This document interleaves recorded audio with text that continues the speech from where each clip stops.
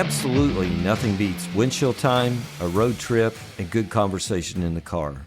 Welcome to another episode of Dan the Road Trip Guy, where we have entertaining conversations about cars and road trips, life lessons, and maybe every now and then a little advice. I'm your host, Dan Neal, road trip extraordinaire, and now buckle up and enjoy the show.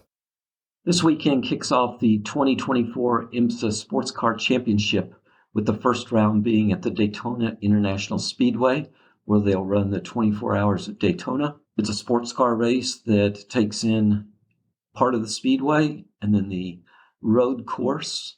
This race is a definite test of machine, drivers, and crew to keep that car running at top speed for 24 hours. It begins on Saturday and it ends on Sunday. I was able to catch up with a young man who's been on the show before, son of Jarett Andretti, and John was a former winner of the 24 Hours of Daytona. His son is Jarett Andretti, who is back at Daytona again this year. Welcome back to the show, Jarett.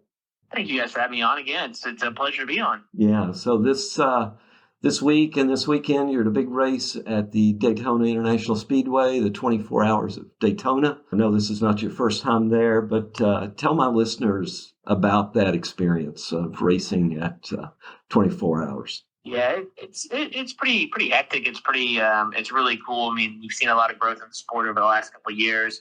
I'm just watching the motorhomes roll in right now to the track, to be honest with you. And there's a lot of car corrals, car clubs, and just a lot of passionate spectators here. And then just the logistics of the race, doing the race is one thing, but then doing all the logistics around it and all the other things that you have to do to be successful is really difficult. It's hard to get right. It's a day. It's a race. It's a day long. Not easy to be successful at it. So yeah, it's a challenge mentally and physically for both the drivers and the guys on the crew. Yeah, and how many times have you been there? This will be my fourth 24-hour. Fourth, yeah, okay. And this year, just for my listeners, you're not in the car by yourself for 24 hours. You have some teammates. That's right. We have 4 people in the car.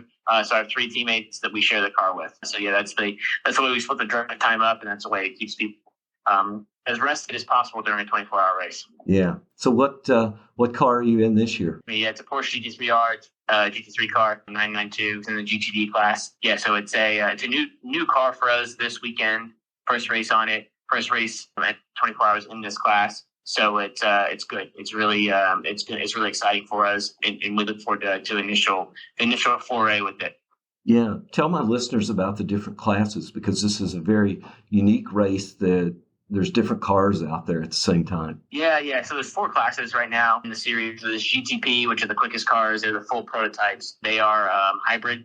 You have LMP2 cars, which are prototypes as well, but they are not hybrid. It's standard gas engine they're super quick, and those cars is what you would determine not something you would see on the road. And then the GT classes, they have GTB Pro and GTB, 2 different classes there. Those are the cars you typically see on the road. So they have Porsche GT3R S, and then they have like BMW M4, a variety of other cars, Mercedes, Ferrari, Lamborghini. So all those guys, they'll be more standard to like what you see racing on the road.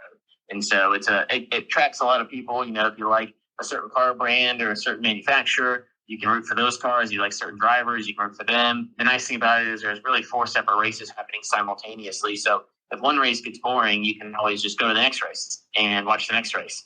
And maybe the other race will get exciting again. You can switch your attention back to that. It's really hard not to find some sort of action on track. Thanks for sharing that. So your dad was Jarett Andretti. Yes. He is a winner at the 24 Hours of Daytona.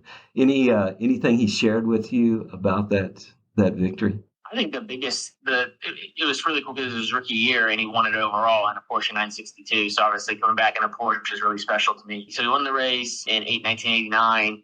And it was an interesting year because there was a lot of fog. Apparently that year he got red flagged, I think, for 5 or 6 hours. Wow. And so he said it always worked out really good for him because he had done his last stint until he had to get back in. Right as he got out, it got red flagged. So he got all the time while it was red flagged to sleep. And then plus the other guys, 2 double stints. So he goes, it worked out really great for me. He's like, I got like 8 hours of sleep.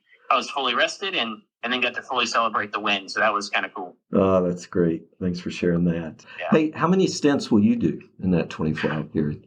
We haven't looked at the stint schedule, but you'll probably do, around 5 or 6 hours a piece. So each stint, is basically an hour, right? So Okay.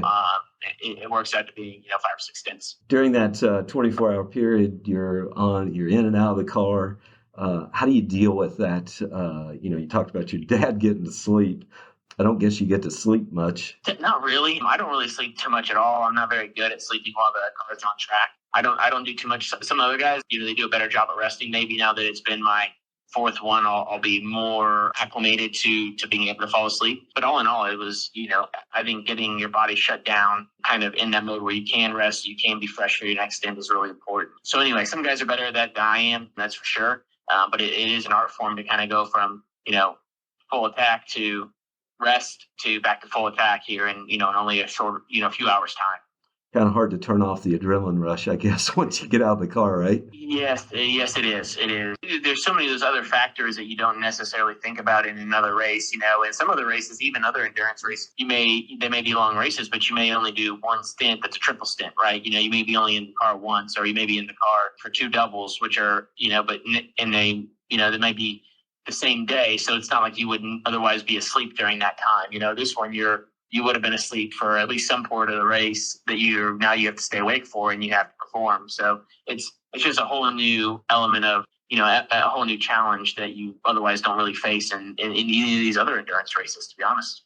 24 hours, of course, you're out there in the dark. What's that like, driving in the dark? Daytona's really nice. It is lit up pretty well. It's a lot better than some of these other places. However, it is difficult and it is mentally taxing, but it's kind of fun. It is interesting. It's cool to see the fans up in the grandstands, late at night, early in the morning, enjoying the race. And you kind of look up at 2, 3 in the morning, you see people with blankets, having a good time. So that is always cool. And it's nice to have that support. So it's just a very different feel than what you just would expect at any other race. I want fans to keep up with you, people who listen to my podcast. What car number are you? So we're number 43, and I think the race starts on NBC and ends on NBC, and then also there's some coverage on USA typically, and then I think the full race is on Peacock. Okay. So if you have Peacock, you can tune in there and I have to switch over, and then just follow me. If you're going to follow me, it's usually Instagram or Twitter is the best. Instagram probably better than Twitter. It's just at Jarett Andretti. So that's usually the best place to find updates, things like that are going on. Well, I can't thank you enough for, I texted you today and I said, hey, I'd love to do a few minutes with you. And you're always so cordial to do that. I really appreciate it. No, I appreciate you guys having me on there. I appreciate bringing new people in the sport. And I hope this gets a couple of new people to tune in and get hooked on sports. And, I like to end with letting my guest little promotions. I know you have a favorite charity. Tell us about that. Oh, yeah, absolutely. I appreciate that. And, we have the Check It for Andretti Foundation that my, started in honor of my father. And it helps get, colonoscopies for people that otherwise wouldn't be able to afford uninsured, can't afford their deductible. We're real proud of that. We've given away, over 50 to date so far. And we're excited about, potentially giving away more here in the coming year. Again, Jarett, thank you for taking just a few minutes to talk to me. Yeah, absolutely, Dan. I appreciate you calling me, and talk soon. Until we meet up again, you can find me on the internet at dantheroadtripguy.com. I hope you will follow this podcast so that you don't miss any upcoming episodes, and share it with your family and friends so they can enjoy the stories of my guests also. Until we meet again on a future episode, keep having conversations with each other and keep driving.